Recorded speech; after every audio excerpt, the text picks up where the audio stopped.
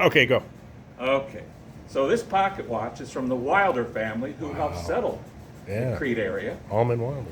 And she's buried in the Crete cemetery along with about 4 or 5 other Wilders.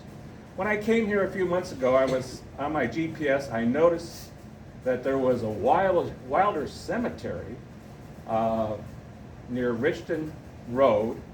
And help me out, Jim, is it Wilshire? Dorsetshire? Dorsetshire Yeah. and Wilshire there. Yeah. So we went exploring today. It's all been paved over. We could not find it, but it still has a spot on Wilshire Street Avenue at about the 800 block, 837, 897, whatever it is, right before you get to Richton Road. But it's gone.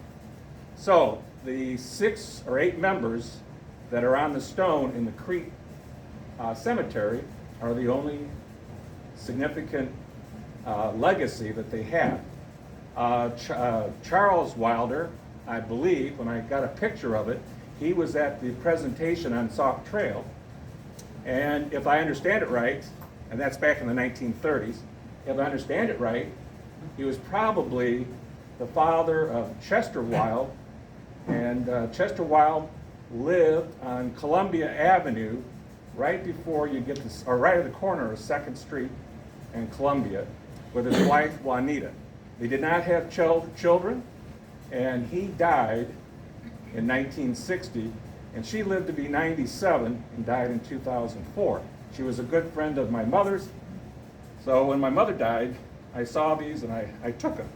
So in the, nobody else wanted them, and there's, by the way, I already had them appraised. There's no much value to them as far as gold or anything else. In the watch, it has an inscription presented to Jesse C. Wilder by the county superintendent, comma, teachers and friends of Will County for making highest average in the advanced division of the county competitive examination held in Joliet, March 20th, 1886. That's in the watch? That's in the watch.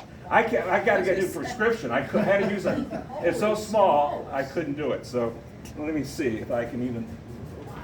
It's probably a script. Oh my gosh. Yeah, it's so small. I'll leave it up here in this little thing if somebody wants to look at it and has good eyes. But I need a new prescription for reading. I can tell you that much. So anyway, I'm going to donate that because as far as I know, there is nobody left in the family in this area. I don't think there's anybody left in the family in the Midwest. When Juanita's parents died, there was a cousin or something from New York. That's the only one I knew, and that would be back in the 1880s. I mean, excuse me, 1980s. Wow, you're old. I'm really in good shape. There's You're one gonna have out. to watch me. One out at Bass Lake. I called her. Oh, okay. So, if you'll indulge me, if this is history, we should have a little backstory on this. So, fortunately, what made me want to bring this was about 2 months ago, PBS, WTTW has Chicago stories about different things, and they were talking about the catalog kings, Sears, Roebuck, and Montgomery Ward, and we've already talked about it tonight. So, indulge me here, and let's see. In 1883, the railroad companies adopted the use of standardized schedules by creating time zones. That innovation made it both practical and fashionable to know the time. So, this watch is equivalent of receiving maybe a smartphone, maybe a tablet, if you won something today. It would be that valuable. So I'm going to go on because this will show you.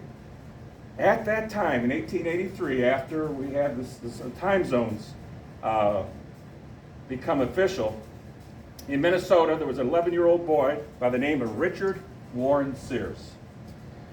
He was forced to leave his childhood behind when his father, who was a blacksmith, went bankrupt. He worked day labor on farms and at night he taught himself Morse code. At age 16, he was hired as a telegraph operator at a train station in Minnesota. Soon promoted to station agent. He was an opportunist and had a side hustle, in today's language, selling lumber, coal, etc. Then, one day, a box of watches appeared that he was supposed to be for a jewelry store in the town where he was the station master, and he was supposed to deliver it, but they never ordered it. It was marked COD, cash on delivery. They didn't order it, they didn't want it. So, as station master, responsible for returning it to the manufacturer said, no, we don't want them either, and offered them to Sears at a deep discount. He sold the watches up and down the railway. With this success, he acquired the sales bug and launched his own watch business. His first clients or buyers were other railroad station agents. Then he started advertising his watches in local papers. He quickly learned that the more outrageous the ads, the greater the sales. Has anything changed in this country? Using questionable advertising tactics, he created a demand for more expensive watches. In 6 months, he pulled in more than $5,000, nearly 10 times the average annual household income. Kind of shows you we're talking the same period. 3 cents for a newspaper, et cetera, et cetera. In 1887, he moved the R.W. Sears Watch Company to Chicago. He knew that he had to make the same model after Montgomery Ward, who was becoming very successful in Chicago with his business. He knew that he'd have to guarantee the watches, but having watches returned and not being able to repair them would be too expensive. So he looked for somebody to help him out. The man's name was Elva Roebuck. He answered the ad and he was hired on the spot.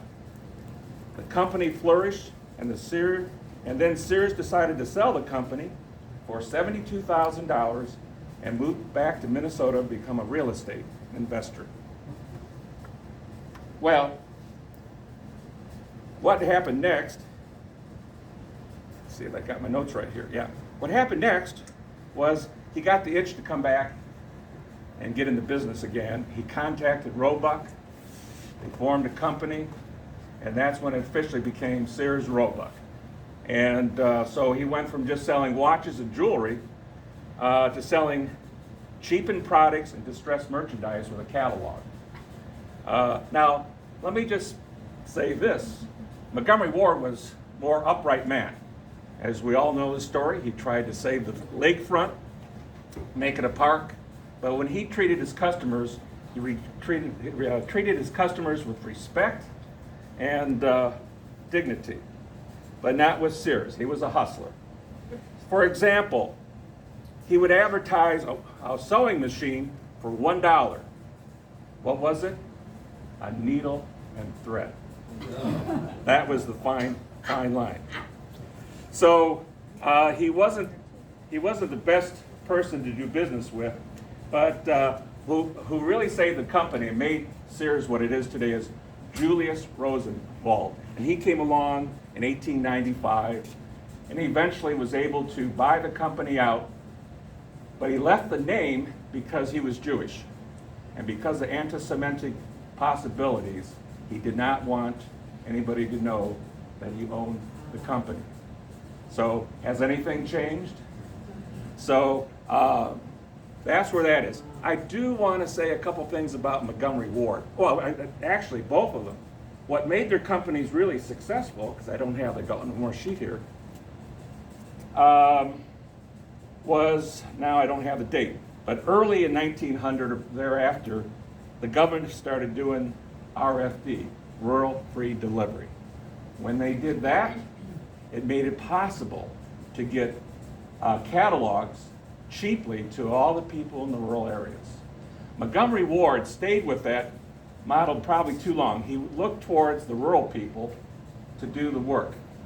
to do his business, to be able to buy his stuff. But Sears later on realized under Rosenwald, you got to go into a brick and mortar situation in the cities, you'd be a lot better off. So at that time, the catalog was 770 pages at the turn of the century. I want to say one more thing. One other thing, Ward came out of New Jersey, and when he did this, he had traveled around the country, and he knew the rural people would really benefit, and he worked with the Grangers.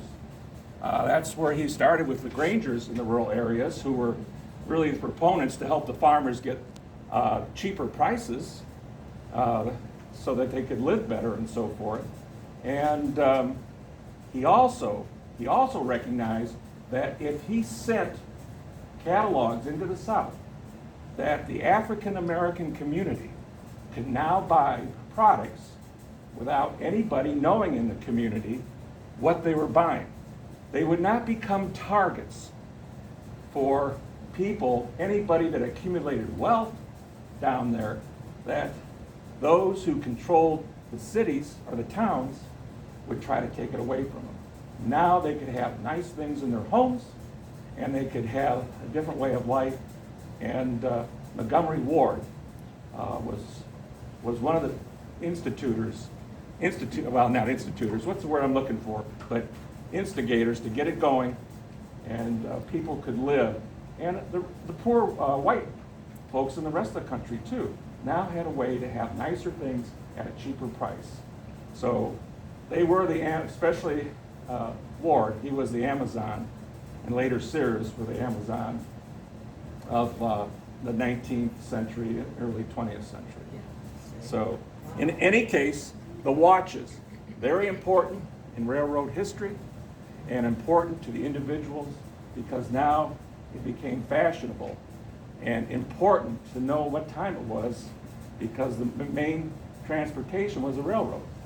So it might be something to think about, to have that watch in that little railroad building at the museum somewhere down the road, with a little thing talking about its history.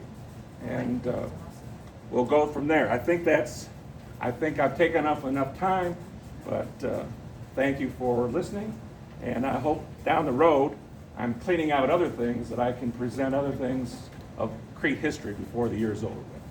You have 2 watches there?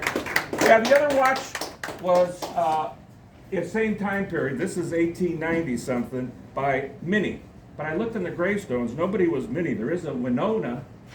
So would Winona be a Minnie? I don't know. But there's just 2. And they're very similar, and there's nothing else except this is just says 2 Minnie, 1890, whatever it was. Wow. Do you know how to open? Can you open that for me? Yeah. Well, you know, and when you have these kids, besides this particular thing, if these kids want to come to a meeting, you need to have 3 or 4 good stories, don't you think? Oh, yeah. To tell them. I'd love for that to be the whole meeting, would be to just talk about history.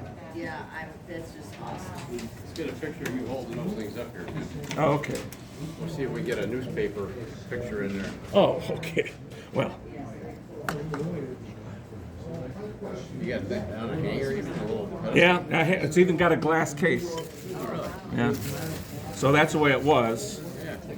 So I'm gonna Hang one on donate. there, and you can hold the other one. We can Okay. picture of you All there. right. Let's just hang this Is there one. engraving in this one, or?